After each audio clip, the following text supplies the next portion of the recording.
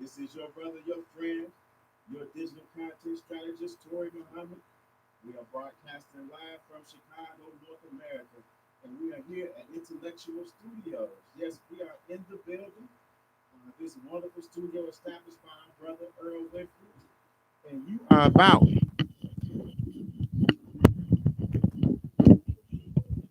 Okay, you are about to hear.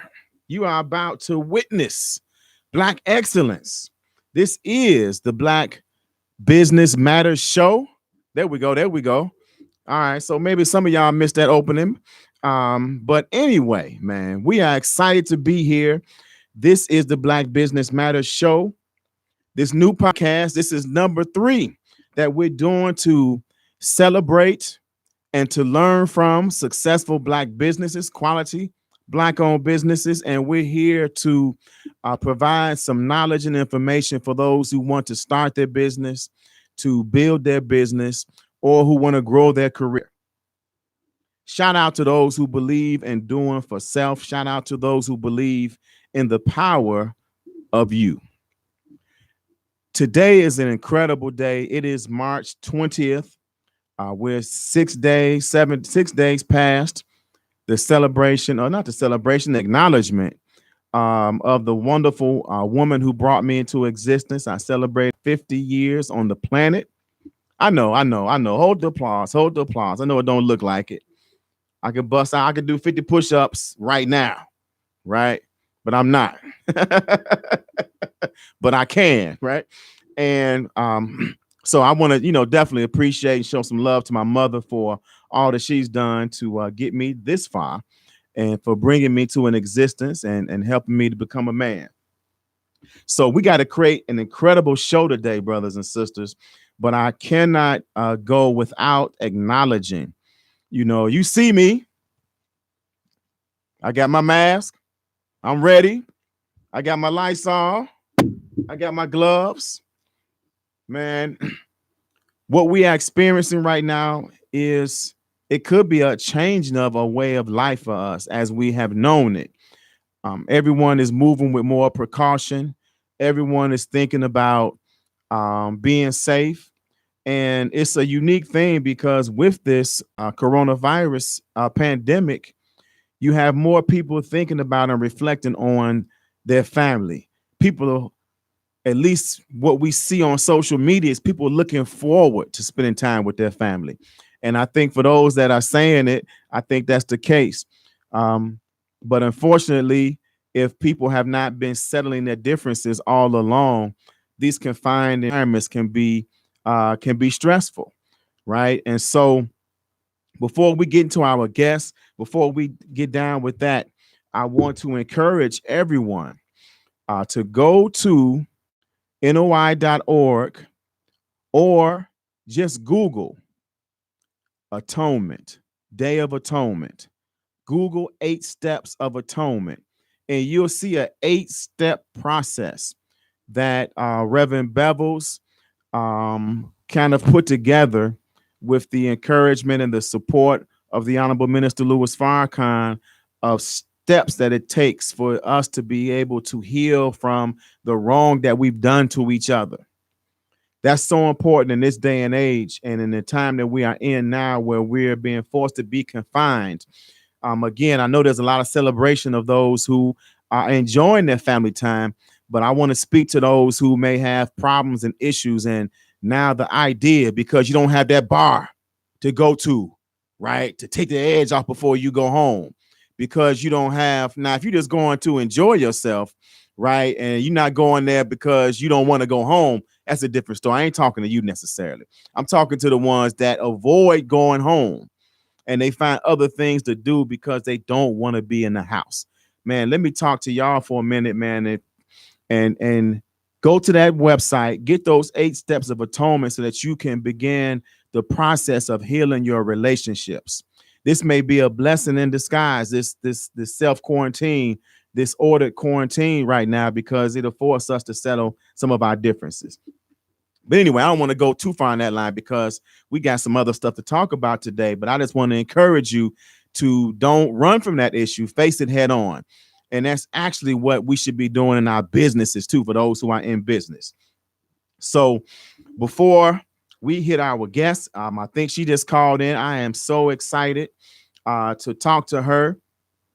I want to give y'all a quick update, a quick highlight from this beautiful little book here.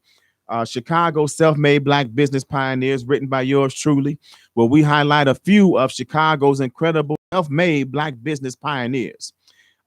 Today, I want to highlight Ferdinand L. Barnett and Ida B. Wells.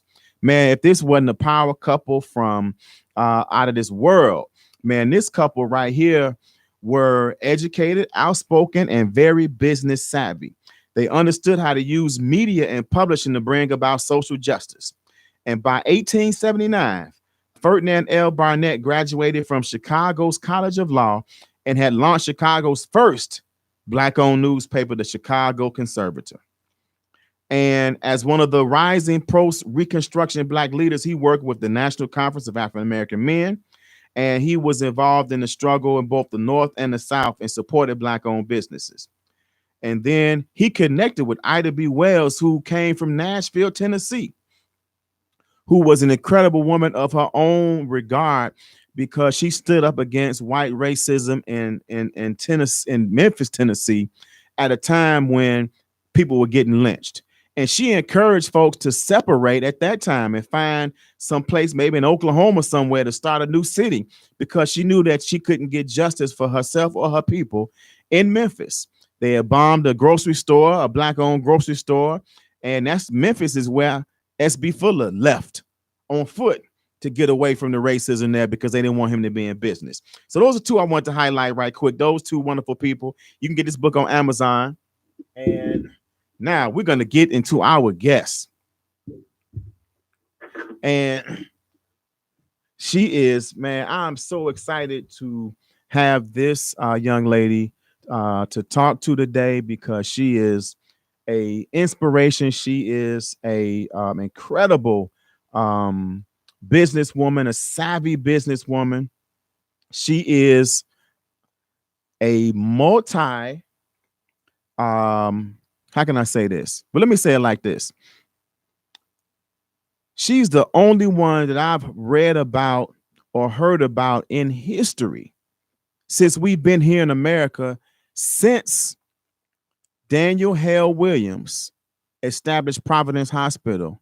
She's the first person I know that's Black that built a hospital. She built a micro hospital, a $20 million micro hospital. She is a real estate developer, obviously, a business developer. She's kind of like, you know, she got ideas like, man, you know, the guy that's on the TV show that walk into your business and start telling you and helping you take that business to the next level. Yeah, she like that. She help you make some profits in your business. And when it comes to real estate, man, all throughout the city of Chicago and beyond, man, she's matter of fact, we're going to talk about it, but she's doing an event online tomorrow. So all of you all can attend. But man, just an incredible person. And not only does she have the business acumen, not only is she very astute when it comes to making money and helping businesses grow, but man, she got the kind of character and the kind of heart that is fashioned after our people. She loves our community. Despite her success, she is in the community. She's rooted in the community, and she's fighting for the community. We want to bring on our sister, Wendy Muhammad. Assalamu alaikum. Wa alaikum salam, Brother Tory. Who was that you was just talking about? and she's humble too. Absolutely. You know who I'm talking about. Look in the mirror. Oh my goodness. Do a selfie. Do a selfie and look at the picture in the selfie and tell me who you see. How are you doing today? Thank you so much. I am wonderful, wonderful. Grateful to be busy, grateful to be working. Yes. And, you know, grateful to be on this show with you here today and just to be able to share. Absolutely, man. Now, I have a million questions, but I want to start this in a very basic way. If you can, I know I gave a little bit of your accolades, but if you Hmm. can just give a little bit of your background so that our listeners who are not familiar with you can get an idea of who you are and where you come from. Okay. So I'm a Midwestern girl. I was born and raised until I was 17 years old in Omaha, Nebraska. And I was one of those, I guess you could call like gifted children. I was reading at 4, and just kind of always on another level. And I'm very grateful for my parents who just kind of let me be on my own level. And then at 17, I went to college. I went to Iowa State University, and there I majored. Actually, I started off majoring in computer engineering. And the only reason why I majored in computer engineering is because there was a counselor who said, "You got good math and science scores. You should be an engineer or a doctor." And I really wanted to be a business mogul. That's what I had been saying all my life. And so after 2 years, after I actually got into the engineering college, I quit and started and went and got a dual degree in finance and accounting. Um, Immediately went into public accounting, and from there started doing business consulting, moved into the consulting world. At that time, it was hard for a woman and hard for a Black woman to get into consulting, just because it was before the Enron scandals and 9/11 and all of that. And once that happened, then they had to sort of break up the industry a little bit, and it made it a little easier. But I was banging on the door before that. And then from there, I sold real estate. I worked at the National Center and for Minister Farrakhan for a while. Learned so much there that carries me to this day. Joined the nation in 1990, right after college, and I just been kind of going ever since. I started this journey, Brother Tory, relatively young, because I knew at an early age what I wanted to do. So, when I left to go to college, I probably was about a year or so ahead of when most people leave to go to college. But I just kept plugging away at it. And so over the years, I've realized that I have a gift when it comes to building and developing businesses and putting things together. And you talked about the hospital that myself and my business partner, who's a surgeon, we built in Maryland. And that was a very challenging project because we had designed a business model that no one had ever done before. And so when we started working on getting approvals and trying to figure out how to do it, nobody knew what to do with us. So I kind of reverse engineered us into it, and we got there, got it done, and just been going ever since. I've had tons of businesses over the years. More have failed than have been successful, and I just keep going. It's what I love to do. I love to see people doing for self. It excites me, makes me happy. Man, that's beautiful. And you said that real smooth, but you had to reverse engineer because, of course, I said in the beginning that you're the first and only Black woman I know that's built a Mm-hmm. hospital. Yeah. But in that area you're talking about, nobody had done what you were doing. Period. Yeah, no. You had no prototype. There was no prototype. So we changed what we did was when I started off working really more like on a consulting basis in the healthcare industry, I started looking at the business models. And then my business partner started telling me, things that he saw that he thought needed to be done.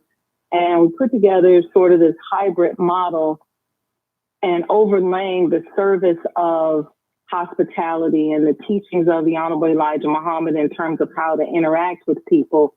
Now we got this big model and no one knows what to do with us. So what I did was I came to Chicago and I went downtown and I said, I want to build a hospital. And they gave me a package. And from that package, I was able to identify what risks the city or county in Maryland, in that case is Prince George's County, was looking to mitigate. And I backed into it by saying, okay, these are the things they should be worried about. And so this is how I'm going to tell them they need to approve us. So when I went in for, when you first, in some states, or counties, when you want to open a medical facility, you have to get what they call a certificate of need. And when I went in to tell them that I thought I should be exempt from the certificate of need, because I realized that they're not going to really be able to evaluate it, I just reversed it and I said, these are the risks that you're concerned about. This is how I'm going to meet those risks.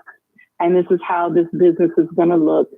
And so basically it's called a micro hospital because it's a hybrid between a community hospital, which would have beds that you stay in overnight, and an ambulatory surgery center that just does surgery.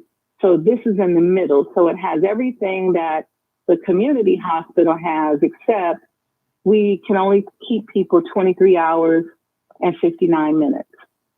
So it's a more nimble hospital model in that it helps to save money. It reduces, the risks of disease and infection from keeping people in the hospital.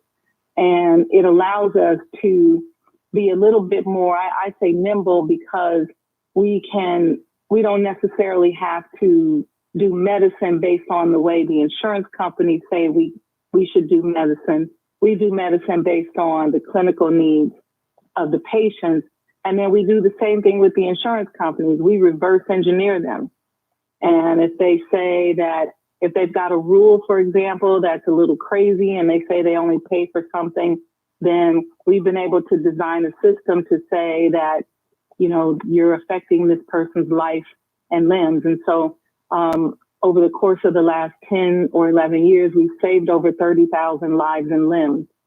And we're looking to build this model in Nigeria. We've been talking to some partners, and we have some leads even here in Chicago. And that would be a dream for me, is to be able to do it here in Chicago. And that I can't even think about it. That makes me so excited. I know. This past 14 days, maybe? Mm-hmm. How has it been for you at the hospital, for patients, for you as an administrator and all that? What's it been like with this pandemic, this coronavirus?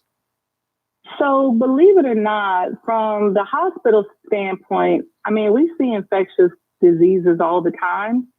We have people who pass away, unfortunately, from the flu. So we've seen this. As probably not as scary for us because we know that, you all walk past and interact with infectious, deadly infections probably on a daily basis. So that was not as difficult. What was more challenging is that I'm a franchisee partner with a massage Envy in Silver Spring, Maryland.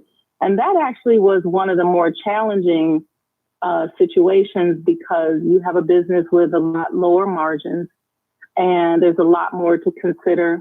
You have to consider not only just the safety of your employees, but what does it look like if you close too early and your competitors stay open? It's easy for them to snatch your staff. If you stay open too late and you get a claim, then you may or may not be covered by your insurance. So there's all these different things that you have to consider in a business like that. And then you have to figure out, how are you going to come back after this? Because there's a lot of businesses that aren't going to make it back.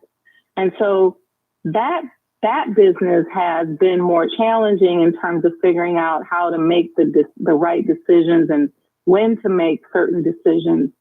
than the hospital. And then the construction and consulting things that I do, that's really just a matter of communication. And on the construction side, there were certain subcontractors that we suspended, others that we allowed to keep going because they may be able to work, in a warehouse or something like that, where there's just one or two people. And as long as the state says that they can work, they can work.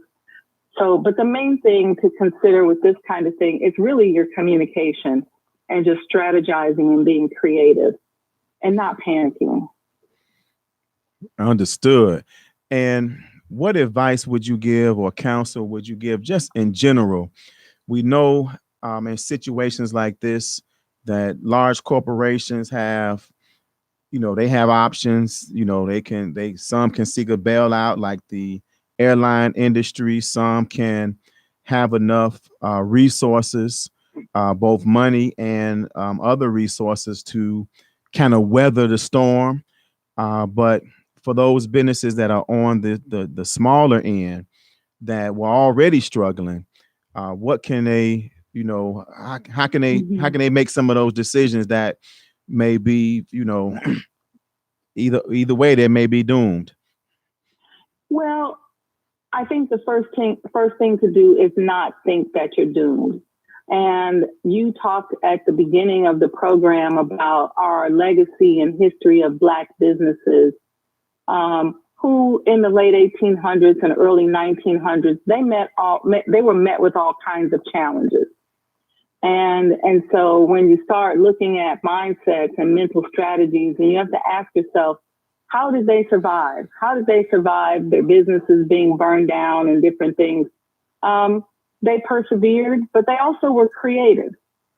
So that's the key thing. I think something that happens to us today is that we think if we own a business, it has to be this exact business for the next 30 years. We think if this is the way we do things, we have to do it this way for the next 20 years. But there's nothing wrong with changing. There's nothing wrong with, making a better decision for yourself. So you have to get creative. So if you own a restaurant, for example, look at what are your competitors doing and what do people need? You got millions of people at home. And so they got stuff that they need. They got problems that they need solving. So you should figure out as your business, how do I solve those problems? If I have a restaurant, do I deliver?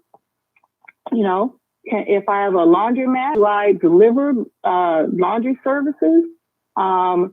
Anything that you can do to think outside the box. This is the time when millionaires are made. And during the Depression, there were more millionaires made probably than just about any other time in history. And why is that? Because it gives you an opportunity to get creative. The playing field is about to be leveled. So where you may have thought, okay, I'm struggling before, change that perspective and get creative and figure out what it is that you can do to make more money for yourself. Because and another thing, I know sometimes it's hard to say, but we have to really get away from focusing on the money.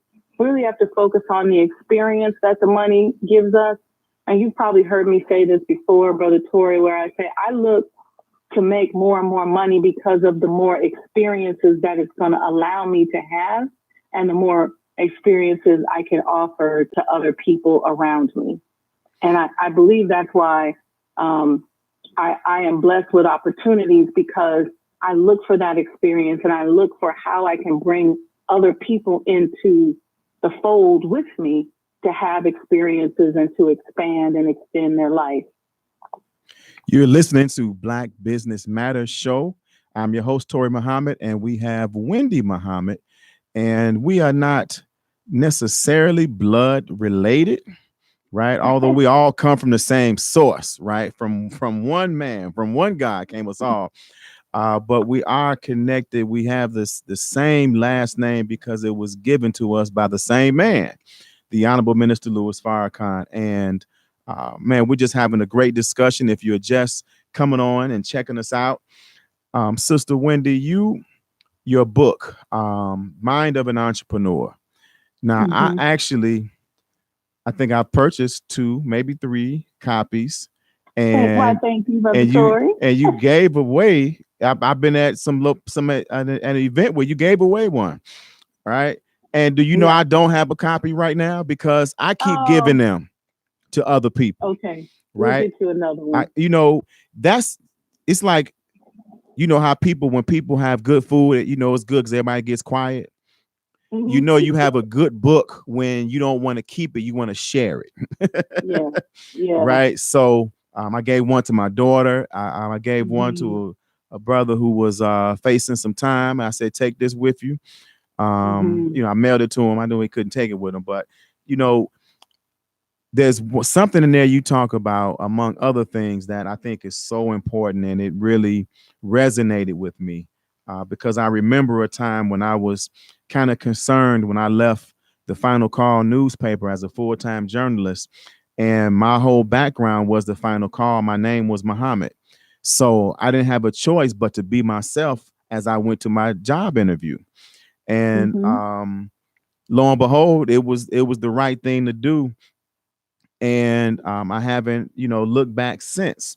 Right, every space I've been Hmm. in, I've been Tori Muhammad, and Hmm. it seems simple to some people, but it's not always easy for those of us who carry that name or who are in the nation of Islam, because we sometimes are worried about what people think about us and how that may affect our money, right? Hmm. But you talk Hmm. about being authentically you and how standing on principles, you've been able to do that and not miss a beat. So talk a little bit about your book and about how important it is to be your whole self in business and not leave your spirituality or your religion on the side.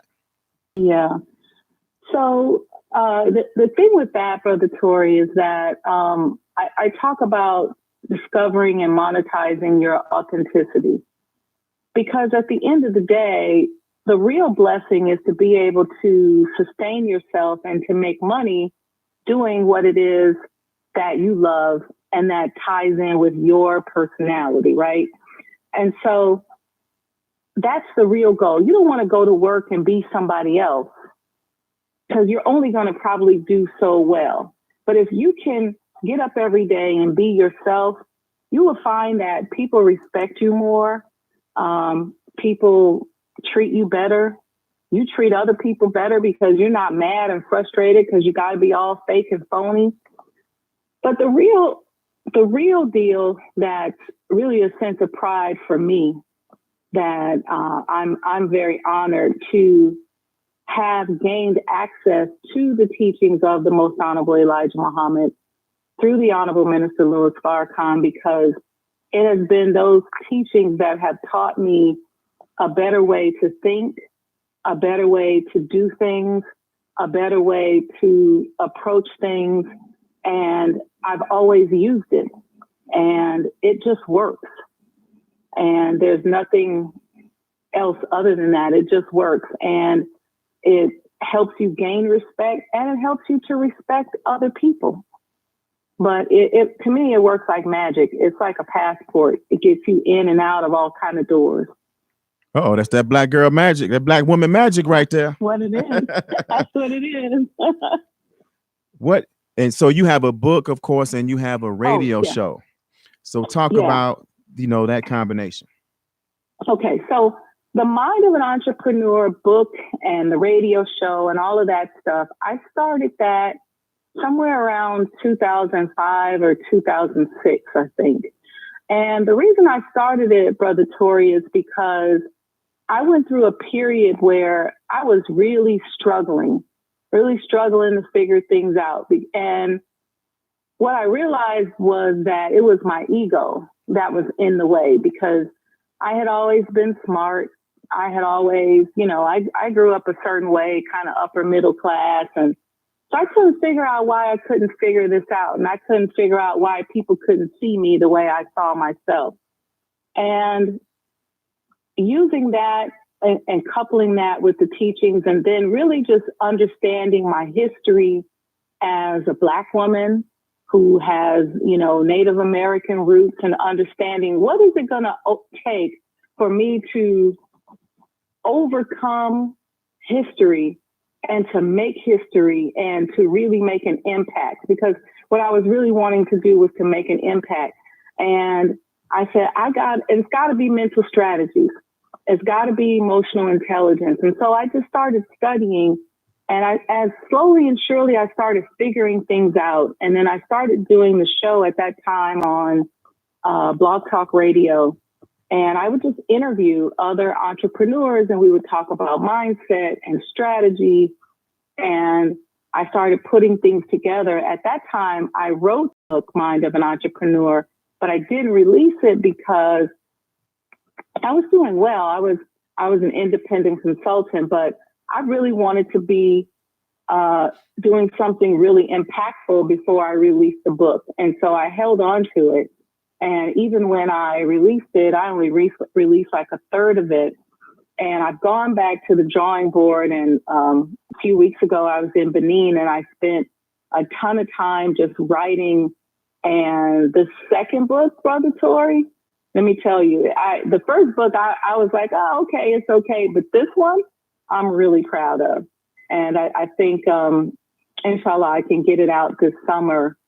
I have a few people that I want to contribute to it, but I think this one's going to be a showstopper, and we're going to use it in parallel with another project. So when you make like a donation to the project, you get this book.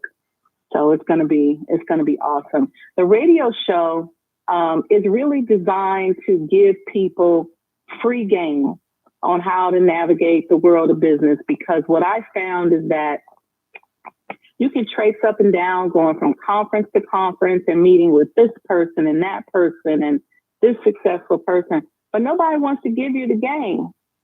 And I said, you know what? I'm going to give the game away. This is how you need to think. This is what you need to focus on. Here's the strategies you need to use, and see what happens. And so I pride myself on being able to be an asset to people. So if somebody sits down in front of me, usually it doesn't take me but 20, 30 minutes, and I can tell them what they need to do, how they need to do it. And I've been blessed because I'm not trying to hold the game back. I'm like, let's give it away. Let's help. Let's see what we can do to change history. And that's been my goal. So I know what's going on here, man. I've been sitting here listening to you. I done figured this out. Okay. So you get, how did you figure out how to get 30 hours out of the day? You run the hospital, Massage Envy, new book coming out, consulting, radio show, and we haven't even gotten to what we need to get into right now as time is going past real fast. The Sajda House. Yeah. So, all right. So let's talk a little bit. Let's move, because I want to make sure we get enough time to kind of talk about your goals and purpose for the Sajda project and how that came about. So tell us about the Sajda project. You know, for full disclosure, for all those who are listening, I am a part of this project with Sister Wendy. When I heard about it, when she talked about what she was doing, I had to be a part of it. I had to do volunteer my efforts and my time to make sure this project comes into fruition. So tell us about the Sajda project, the Sajda House. Mm-hmm. So the Sajda House is the new name for the former national home of the Most Honorable Elijah Muhammad at 4847 South Woodlawn Avenue. I purchased the home on a foreclosure sale, which is what we're going to be talking about in the webinar this weekend, foreclosure real estate sales, and decided to make it a cultural center that will focus on the legacy of the Most Honorable Elijah Muhammad of economic development, and also other iconic entrepreneurs who made history. And so right now we are in the process of construction. Well, just about as much as we can do right now with this pandemic going on. But this house is going to be a showstopper, inshallah. Let me tell you, from the renovation that we're doing, I like to say that we're really like renovating this house with a toothbrush.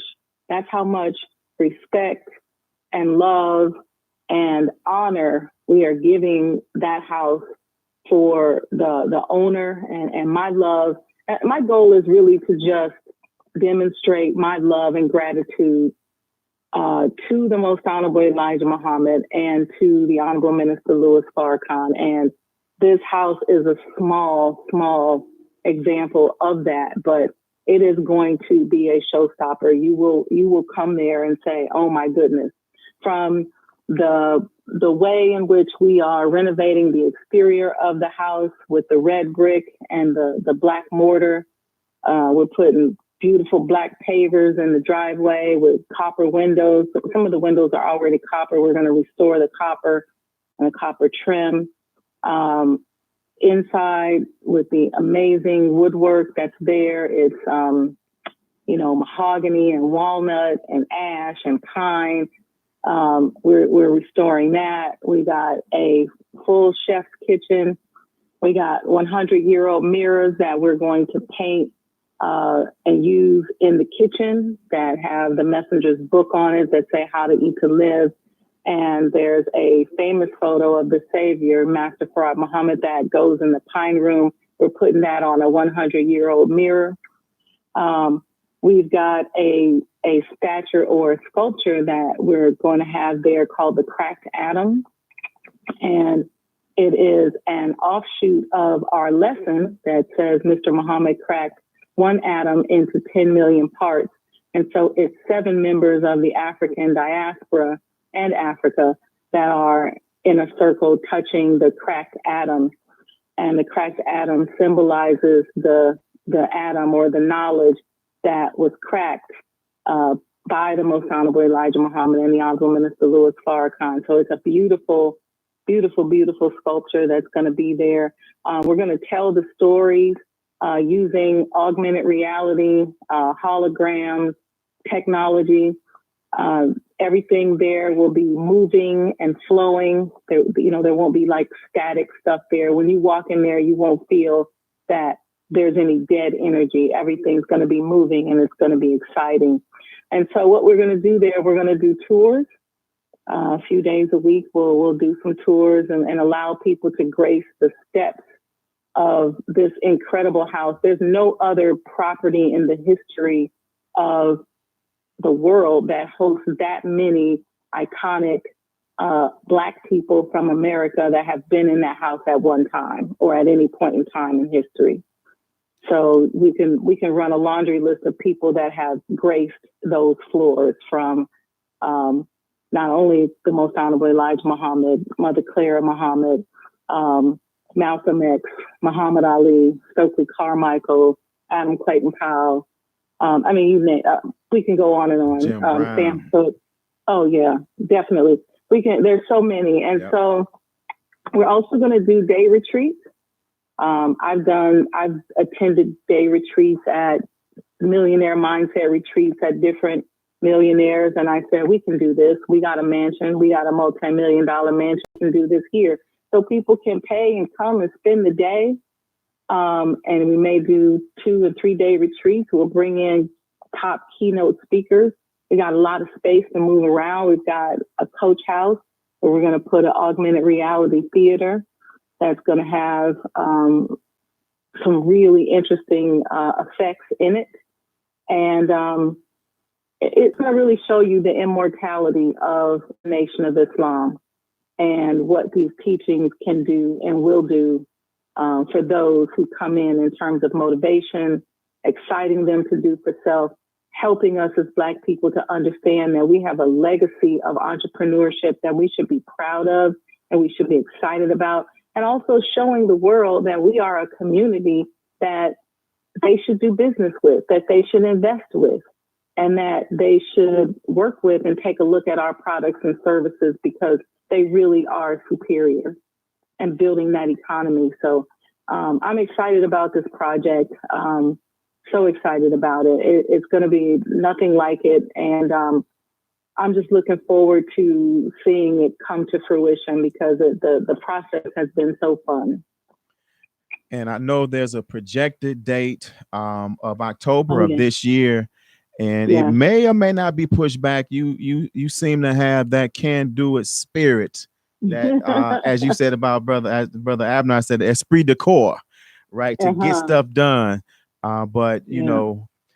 we're looking forward to that, and of course we'll be talking about it on the show and helping to get the word out and promote and market so folks will know about the opening when it does happen.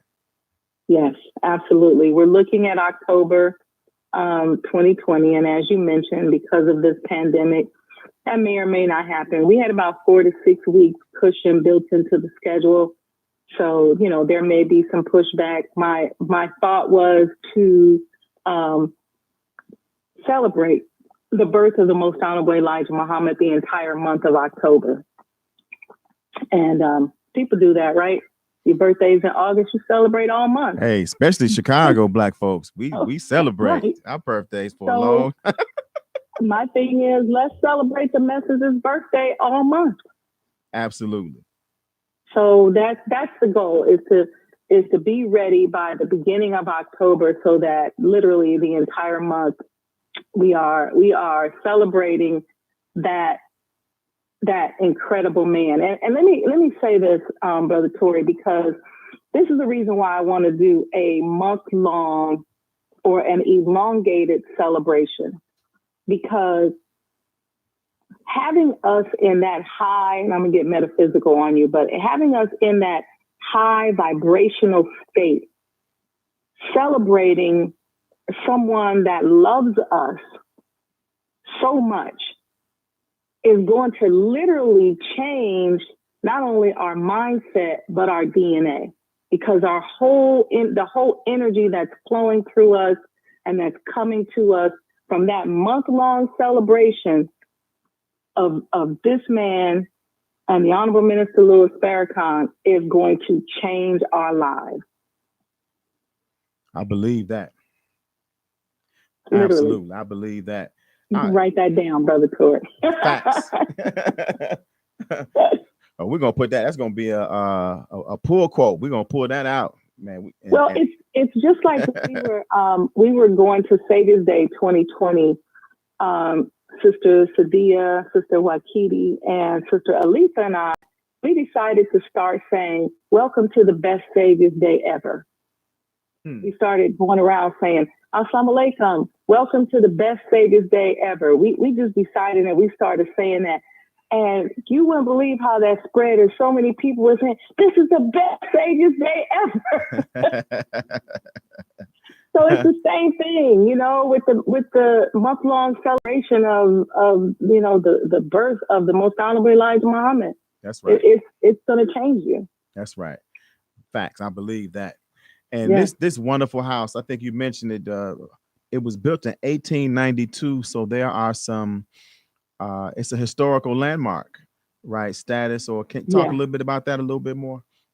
Yeah. So we have turned in our plans, and thus far Illinois Landmarks has been satisfied with our plan, and so now we just have to comply.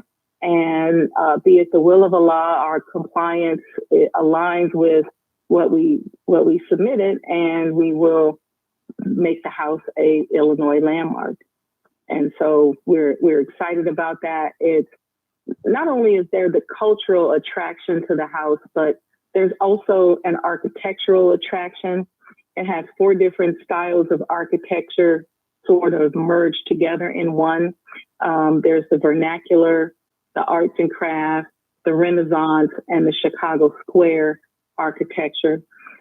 We have original doors and door hardware, that are from 1892 in the house.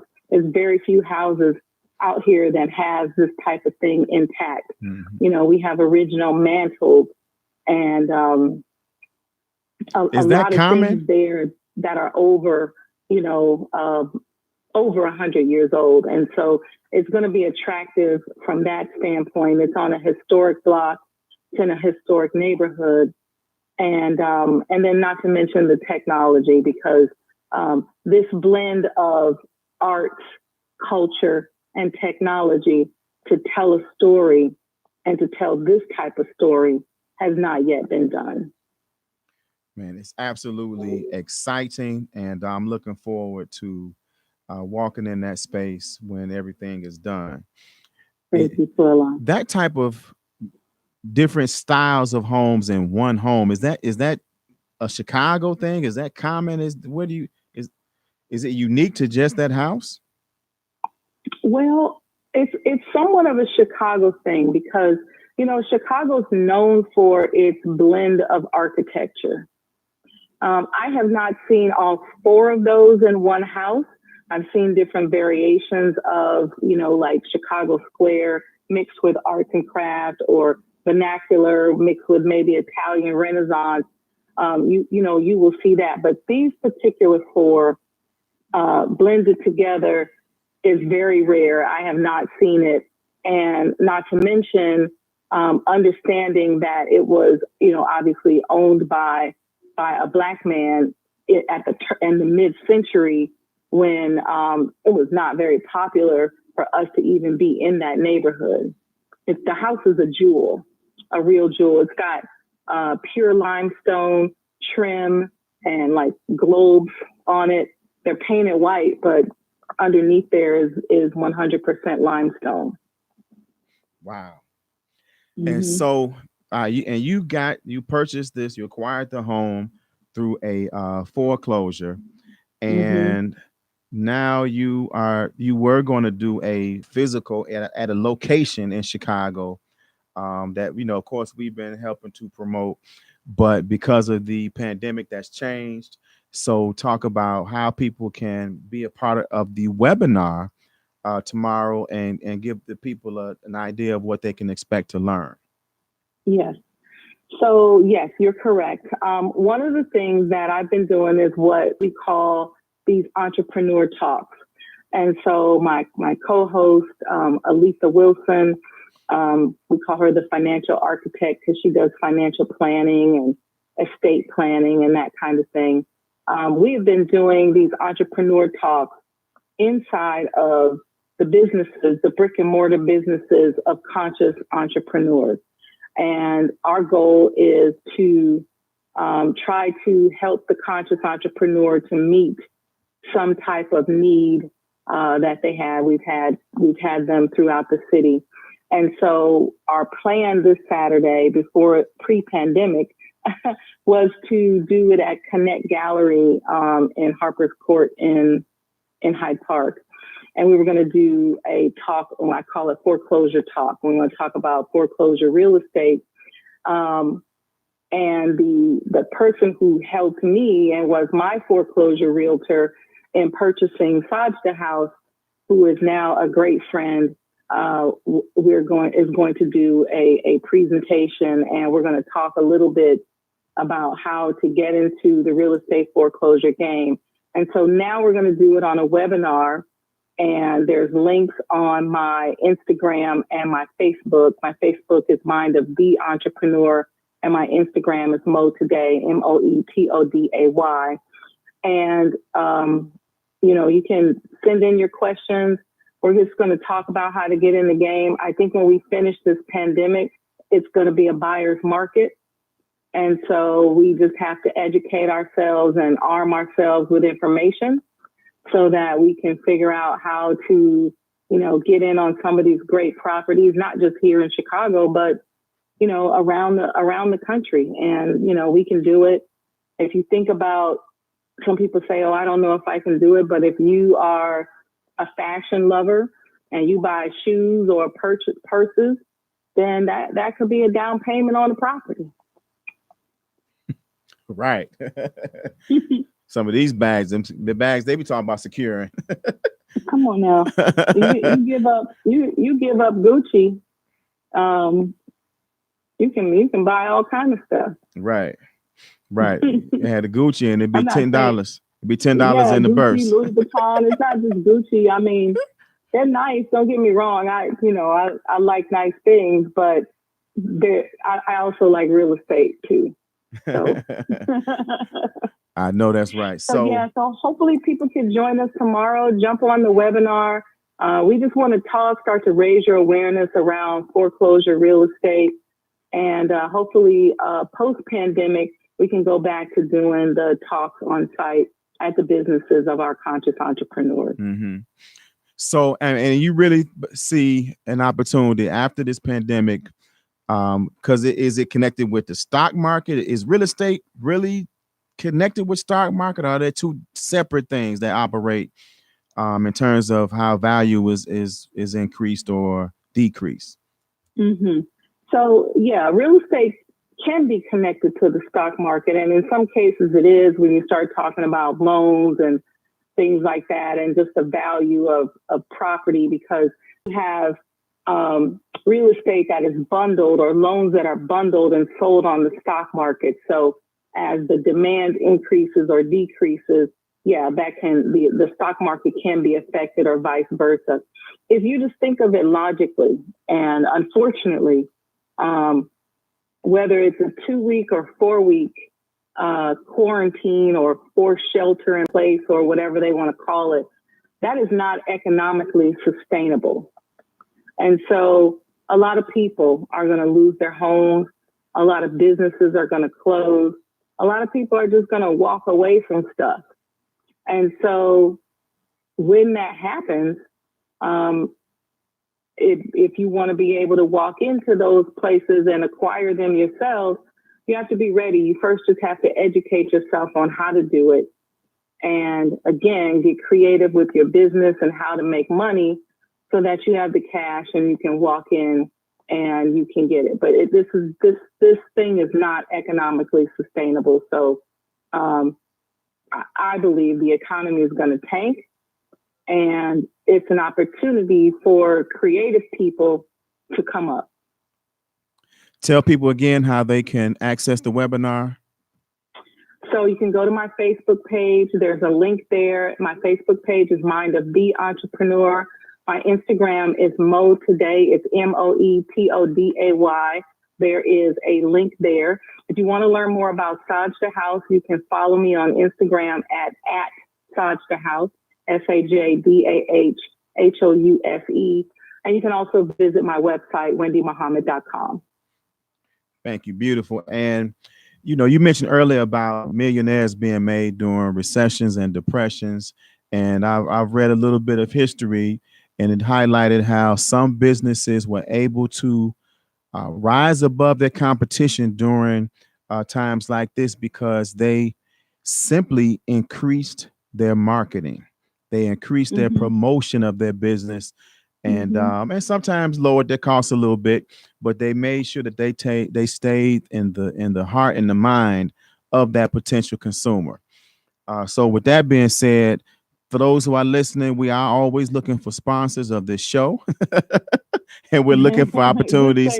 Right. We're looking always for opportunities to help you share your message. And this coronavirus pandemic has really shown and highlighted how important it is for Black media to be here, because you don't hear too many stories about how Black people, Black workers, and Black businesses are being affected. Not saying there aren't some out there, and you got a few reporters who have been kind of reaching out and kind of connecting, but something like this, there needs to be a full on press with us talking about what's going on and how what this is going to look like in 2 or 3 months, and what we should be doing now to support ourselves and buttress ourselves for what could be, like you're saying, folks just walking away from stuff because they don't know how to keep it afloat during times like this. When it rains on white America, it's a monsoon on Black America. Yeah, and the thing to remember is that you can't stop the monsoon, but you can calm yourself, and the storm will pass. Talk about that.